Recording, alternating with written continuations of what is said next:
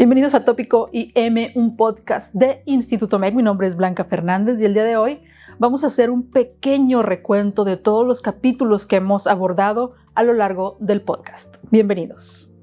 El objetivo de este podcast fue poder brindar información, testimonios y herramientas de cómo se viven los procesos de duelo en cada una de las etapas, en cada uno de las causas de muerte, y cómo los testimonios podrían ayudarles y ayudarnos también a nosotros a conocer cómo se vive y poder identificarnos con las personas que están viviendo un proceso de duelo. En el primer podcast nos acompañó la señora Teresa Delgado de López y nos hablaba de todo este proceso que se vive después de haber estado muchísimos años acompañada de su esposo en su matrimonio, un feliz matrimonio. Nos dio a conocer y nos hizo poder entender y poder comprender que el amor real existe. Y cómo está viviendo ahora esta etapa, ella desde la viudez, en donde nos comentaba que se negaba un poquito a autonombrarse viuda, porque para ella significaba romper este vínculo y no deseaba hacerlo. Nos dio a conocer el camino que está viviendo a partir de la ausencia de su esposo, cómo ha integrado la ausencia de su esposo en su actual vida y sobre todo los recuerdos de los cuales ella se agarraba emocionalmente para poder continuar con su vida aún y con la ausencia de su ser querido. También en el primer capítulo nos acompañó Madeleine Espinosa y ella nos hablaba de un duelo del que pocas veces hablamos y un duelo que no es tan reconocido por la sociedad. Cuando pierdes a un amigo, yo creo que muchos hemos pasado por una situación en el que hay una ruptura, no necesariamente de muerte, pero sí hay una pérdida de la amistad, una pérdida en donde pues ya simplemente no congeniamos con la persona que considerábamos nuestra amiga y no nos permitimos vivir como tal un proceso de duelo. Cuando se trata de una muerte, como fue el caso del testimonio de Madeleine, pues nos hablaba de lo complejo y sobre todo del trauma emocional que ella había vivido al enterarse de la muerte de una de sus mejores amigas, cómo estaba viviendo esta ausencia y sobre todo con este aspecto traumático de acuerdo a la causa de muerte, porque se debió a un accidente, cómo acompañar a la familia y a veces, y nos comentaba, ¿no?, esta falta de pronto de recursos emocionales a los que ella se había enfrentado por no saber cómo reaccionar ante una situación tan compleja. Les decía, el proceso de duelo por muerte o por pérdida de un amigo es uno de los procesos que no son tan reconocidos en la sociedad, porque al no tener un vínculo cercano como el de ser familiar, cercano o una persona como parte de la familia, pues no es reconocido. ¿Cómo le vas a llorar y cómo le vas a guardar duelo o vas a duelar a una persona que no pertenecía a la familia? Pero no olvidemos que los amigos, sobre todo cuando son vínculos muy, muy profundos, pues también forman parte de nuestra familia, forman parte de nuestra vida.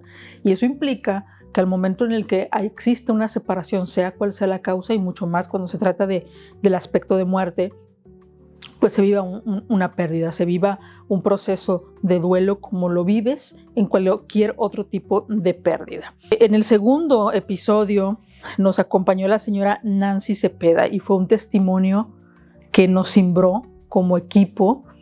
Fue uno de los testimonios más complejos de grabar, fue uno de los testimonios más difíciles en el que le permitimos a la señora Nancy que nos diera el contexto de la situación que estaba viviendo. Y no hablamos en este caso de una pérdida física, hablamos de una pérdida diferente que también muchas personas se pueden ver identificadas con la señora Nancy. Mamá es un fantasma, pero mamá no sabe qué tipo de fantasma es, si asustar o solo llevar el alma vagando.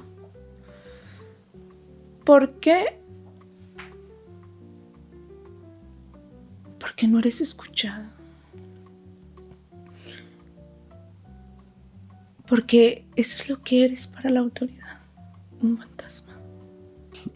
y ella hablaba de la pérdida de aspectos de sí misma a raíz de la situación que vivía su hija, de un abuso sexual por parte de un integrante de su familia, como lo fue su abuelo. Entonces imagínense la carga emocional para las víctimas, porque en este caso no solamente es víctima la chica afectada por esta persona, sino toda la familia, en donde se cuestionaban cómo una persona que debía brindar esta contención, este apoyo y este amor, había dejado de lado todos esos valores para violentar, para abusar física, emocional y la confianza de su propio hijo. Un testimonio que les recomiendo mucho, que si no lo han visto, que acudan a verles el segundo capítulo, sobre todo porque es un caso al que tristemente no se le ha hecho justicia. Las autoridades, pues, como en muchos casos, no han logrado dar un cierre como lo deberían de haber hecho y sobre todo como lo merecen las víctimas. Después nos pasamos a un testimonio que muchas mujeres podemos sentirnos identificadas, una arbitrariedad y opresión que se dio en el 8M. Cuando acudimos a este tipo de marchas, pues sabemos a lo que podemos enfrentarnos, sobre todo por la cantidad de mujeres que asisten, por otros grupos que también asisten para crear pues ciertos altercados y que no sabemos si podemos vernos involucradas en una situación de este tipo. Esto fue lo que le sucedió a Susana Contreras y nos comentó todo el testimonio de lo que vivió al ser golpeada, al ser sobajada, al ser incluso al que se le impidiera en ese momento continuar no solamente con la marcha, sino con su libertad. Me acuerdo que traía un policía de un brazo y uno del otro, y después yo nada más sentía como que jaloneos. Yo traía unos lentes, traía un short, mis tenis, una cangurera, y me empiezan a arrastrar y yo traía un shocker y un pañuelo en el cuello. Entonces me empiezan a jalar, como yo estaba pidiendo ayuda, me empiezan a jalar de los brazos, me empiezan a jalar del pañuelo, porque como estaba pidiendo ayuda, me empezaron a asfixiar. Fue puesta en, no detención quizá como tal, que sí nos comenta por ahí algunas características, pero se le imposibilitó de poder comunicarse con sus familiares y obviamente esto causó una situación compleja, un trauma. Y les digo, las pérdidas no nada más son de aspectos de muerte, son también aspectos de nosotros mismos. Cuando perdemos la libertad, pues nos crea un trauma, incluso podemos vivir efectos, síntomas de estrés postraumático a partir de un hecho tan imprevisto, porque pues, nadie espera que al acudir a una marcha pacífica vaya a ser detenida, violentada, y pues que todos sus derechos humanos no hayan sido respetados. Este fue el caso de Susana Contreras, también muy recomendado este capítulo. La mayoría de las personas nos hacemos las mismas preguntas al adquirir un servicio a previsión en alguna funeraria, que si es de mala suerte, que si atraemos algo, y es complicado tomar una decisión de este tipo. Es por eso que Valle de la Paz es consciente que prevenir es brindar tranquilidad en los momentos más difíciles, como planificación financiera al realizar pagos con antelación, pagos flexibles que generan un gran ahorro, alivio emocional al reducir estrés para el gestor y sus seres queridos, asesoramiento de acuerdo con el tipo de despedida, facilitar el proceso administrativo al momento, evitando la demora. Y además cuenta con la garantía de ofrecer un contrato a perpetuidad, los cuales son 100% transferibles en una emergencia familiar. Para su tranquilidad, Valle de la Paz está a su disposición las 24 horas, 7 días a la semana para acompañarte. Valle de la Paz, humanidad, prestigio y trascendencia. En el capítulo 6, uno de los testimonios también más dolorosos, y nos lo describía como la peor pesadilla por la que puede pasar una madre al perder de manera violenta a su hijo. Ella es la señora Soledad Rodríguez. Hicimos este capítulo para reconocer a todas esas madres en el Día de las Madres que viven un día que debería de ser especial, que debería de ser festivo, de una manera nostálgica e incluso dolorosa ante la pérdida de un hijo, como fue el caso de la señora Soledad. Nos relata cómo fallece de una manera violenta su hijo, y cómo ha cambiado esta fecha, cómo ha tenido que resignificar esta fecha ante lo doloroso que representa el haber perdido a un hijo en estas circunstancias. Posteriormente, hablamos para conmemorar a las personas LGBTQ+, y estuvimos con Jonathan Rocha, un testimonio de cómo ha vivido y cómo ha enfrentado él este proceso de aceptarse y sobre todo de ser aceptado por su familia, específicamente por su papá. Podríamos preguntarnos en qué caso o en qué parte del duelo podría entrar un testimonio como este. Las personas de grupos vulnerables, como son las personas LGBTQ+, se enfrentan a mucha discriminación incluso por parte de la familia, se enfrentan a procesos de duelo en donde no pertenecen o son aislados de su familia ante esta situación en la que la familia no los acepta por ser quien son, y la familia vive un proceso de duelo al no cumplir, al sus hijos no cumplir las expectativas que tienen como padres, específicamente los padres. Ellos esperan que sean personas normales, que se casen, que tengan hijos, y de pronto testimonios como el de Jonathan, en donde nos comenta pues, que él tenía preferencias distintas y tenía otras expectativas con respecto a su vida que no cumplían, incluso en el ámbito religioso, con lo que esperaban sus papás. Entonces vemos a dos personas viviendo un proceso de duelo. Ay, es que me gusta el rosa, ¿por qué no lo puedo usar? Es que rosa es de niña. Y yo, pero ¿quién dice que es de niña? O por qué un color tiene que ser de niña, o por qué las niñas se usan azul pero un hombre no puede usar rosa.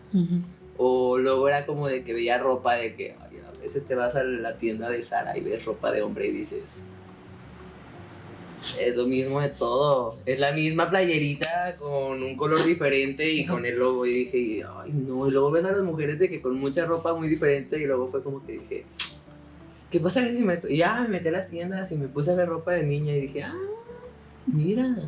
Un testimonio que para todas las personas y todos los jóvenes, sobre todo, que estén viviendo este tipo de situaciones en donde no sean aceptados por el simple hecho de amar a una persona de su mismo sexo en su familia, pues que se pueden ver identificados con Jonathan. Un testimonio también muy interesante de sacerdote a padre de familia, y nos aclara muchas dudas con respecto a cómo se vive el sacerdocio. Fernando Nieto fue nuestro invitado especial en esa ocasión. ¿Cómo se vive desde el sacerdocio y en qué momento decide dejar esta profesión para dedicarse a la parte personal, a la parte humana, todos los desafíos que tuvo que enfrentar a partir de ejercer como sacerdote, y también de decidir en algún momento de su vida cumbre que ya no quería estar solo, que ya no quería ejercer esta profesión, sino que quería formar una familia, enamorarse, tener hijos y cumplir con la religión, pero desde otro aspecto. Toma después de decirle que usted venía de estos 30 años de servicio religioso. Después de 3 años que dejé de ejercer, yo me dediqué pues, a buscar trabajo, y ella estaba de reclutadora de personal en Luisiana. Ella era de recursos humanos y estaba ya en reclutamiento de personal para los astilleros de Luisiana, aquellas áreas donde se fabricaban los barcos. Y yo anduve buscando, me metí, la encontré, y pues ya dijo, pues acá hay trabajo por si quieres venir. Entonces tenía visa y todo, y me fui a trabajar ahí. Entonces ella no se había casado, yo tampoco me había casado. Empezamos como amigos poco a poco, y ya se fue dando la relación de amistad y de noviazgo. Y pues le dije, pues si quieres vamos a tratar de formar algo formal, hacer algo formal. Yo le gano con 15 años, por eso alcancé el pedido de los 2 niños. ¿Sí, no?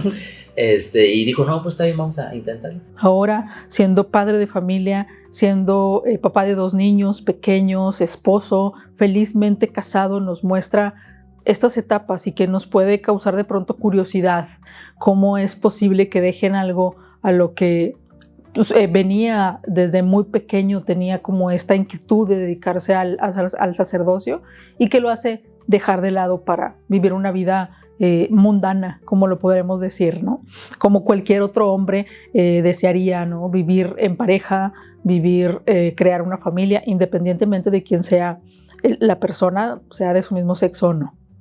En este caso, Fernando nos da un contexto bastante interesante de cómo él deja esta profesión y cómo hoy se siente realizado también al ser una persona que ha podido lograr también este sueño de ser padre de 2 pequeños. Cuando fallecemos o cuando estamos en un hospital, venimos de una pandemia y venimos como de esta inquietud de qué sucede cuando estamos en el hospital, cómo nos sentimos, cómo es el trato hospitalario. En el 8º capítulo, Laura Rodríguez, ella es enfermera de shock trauma de un hospital de aquí de la localidad de Nuevo León, nos comenta algo súper importante, que de pronto creemos que las personas los empleados, los profesionales de salud, todas las personas que trabajan en hospitales, pues no tienen esta sensibilidad y es posible que algunos la hayan perdido a lo largo de su carrera, ¿no? Se hayan desensibilizado y que vean al paciente como una persona más, como un número, como una enfermedad. Y Laura Rodríguez nos viene a dar la tranquilidad de que aún existen personas que se preocupan por el bienestar del paciente. Y ella nos comentaba algo súper conmovedor de cómo cuando ella veía que su paciente ya estaba en agonía, cómo le ayudaba a transitar este proceso, cómo le acompañaba para que no viviera solo esta transición entre la vida y la muerte. Y el testimonio, por lo menos a nosotros como equipo, nos dio muchísima esperanza de que aún hay personas profesionales de la salud comprometidos con el paciente, con el bienestar del paciente hasta su última etapa de vida. Después nos acompañó Michelle Rodríguez haciendo un homenaje a su madre fallecida, y uno de los mensajes más importantes que nos mencionaba en ese momento era: no se queden con el primer diagnóstico.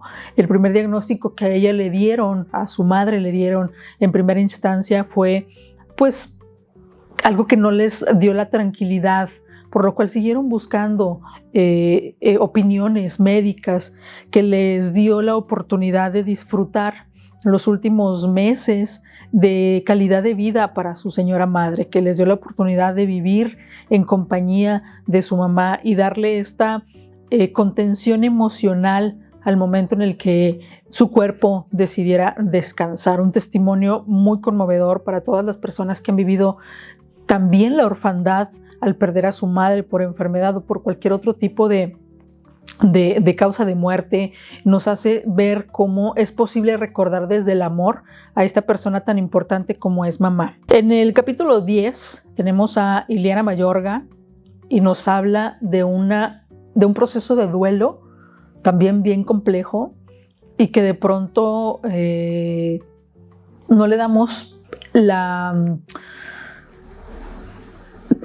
quizá la importancia, o no le damos pues sí, la importancia que deberíamos como acompañantes, ¿no? Como parte de la red de apoyo.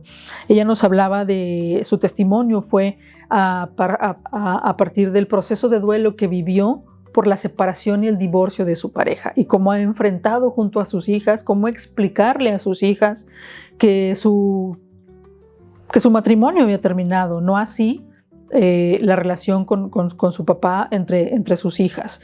Nos relataba de una manera muy conmovedora, de una manera como ella había afrontado esta situación, y es bien interesante, muy recomendado que vayan a ver el capítulo 10 con Ileana Mayorga, donde lo titulamos Mi proyecto de vida fracasó, porque muchas personas, muchas mujeres ven al matrimonio como un proyecto de vida que debe de durar, porque así nos lo han enseñado, hasta que la muerte nos separe, y debemos aguantar y debemos permitir y debemos cargar esta cruz, como muchas personas de otras generaciones lo mencionaban, ¿no? Independientemente de lo que estés viviendo en casa, y que las cosas que suceden entre el matrimonio se deben de quedar en casa y no deberías pedir ayuda. Fue un caso que Ileana aprendió muchísimo y se decidió hablar y se decidió a alzar la voz, a poner límites y a tomar la difícil decisión, tanto para ella como para sus hijas, de solicitar un divorcio. Para todas las personas que estén viviendo una etapa como es un proceso de duelo por divorcio, sepan que es uno de los duelos más dolorosos por el que una persona se puede enfrentar. Van a la par de la viudez y el divorcio, van a la par en cuanto a, digamos, situaciones complejas para afrontar el divorcio. La única diferencia es que en el divorcio, pues a la persona que estás duelando se sigue apareciendo, te das cuenta que está rehaciendo su vida, y eso causa más dolor al proceso y puede provocar que el proceso sea más largo y más complejo. En el capítulo 11 tenemos el testimonio de Omar Castillo, director y fundador de Valórate, hace un centro de rehabilitación, y nos cuenta los testimonios de cómo él decide abrir este centro de rehabilitación a partir de ser él mismo una persona que entró en este mundo de las drogas, y como para tratar de demostrar a los jóvenes que puedes salir de ese entorno tan complejo y que te causa muchísimo daño a ti y a tu familia.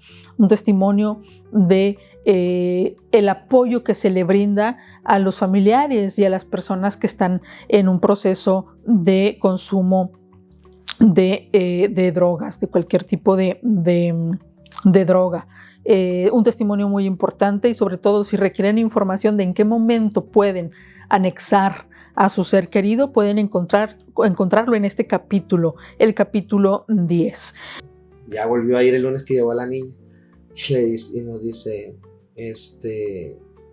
oye, no, sí, ya vayan por él porque me dijo mentiras y no sé qué, y luego, no, bueno, déjenme hablar otra vez por él. Entonces así quedó, y luego la señora ya no nos habló como en 2 días o 3, y no la vimos que iba. Dijo, no, pues quién sabe qué pasó. Y ya después fue la señora y no, empezó a llorar. Ahí con nosotros, ¿qué le pasó, señor? Dijo, no, es que les hubiera hecho caso cuando ustedes me dijeron que fueran por él. ¿Por qué? Dijo, porque el lunes se me ahorcó el muchacho. Por lo mismo, dice, andaba muy sustanciado y se me ahorcó. El capítulo 11 nos acompañó Mario Fernández, gerontólogo, y nos da un importante mensaje sobre el proceso de envejecimiento, que desde el momento en el que nacemos, pues estamos envejeciendo. No importa que tengamos 20, 30 y que nos sentamos en la plena flor de nuestra juventud, y hay que poner atención en aspectos para prevenir situaciones que nos puedan afectar en edades futuras. Un proceso al que todos vamos a llegar, y que también lo vivimos como un duelo, una pérdida.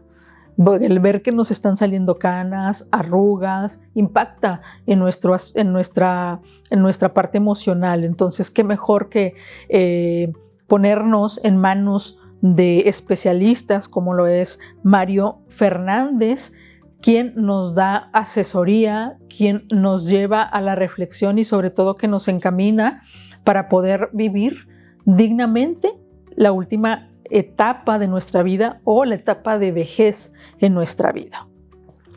Y por último tenemos a Salvador Pantoja. Existen muchos mitos con respecto a la muerte, con respecto a los rituales funerarios, con respecto a todo este mundo que envuelve el ritual funerario en nuestro último paso por la vida. Y Salvador Pantoja nos da un testimonio de cómo él, siendo personal de una empresa funeraria, lleva a cabo todo este evento, un evento muy especial para la familia, si lo podemos nombrar de esta manera, porque es el último evento que vamos a tener con el cuerpo de nuestro ser querido, y la importancia de dignificar este proceso. Fueron testimonios que les pudimos brindar a ustedes a lo largo de estos capítulos con toda la intención de llevarles un mensaje en el que el proceso de duelo es importante, las herramientas que adquirimos para atravesar este proceso de duelo, que buscamos que las pudieran encontrar también en cada uno de nuestros episodios, y sobre todo el mensaje que quisimos crear en cada uno de los episodios, que es dignificar el proceso de duelo, dignificar también una muerte digna, y sobre todo que dentro de cada uno de estos testimonios se encontraran o se identificaran con alguno de ellos.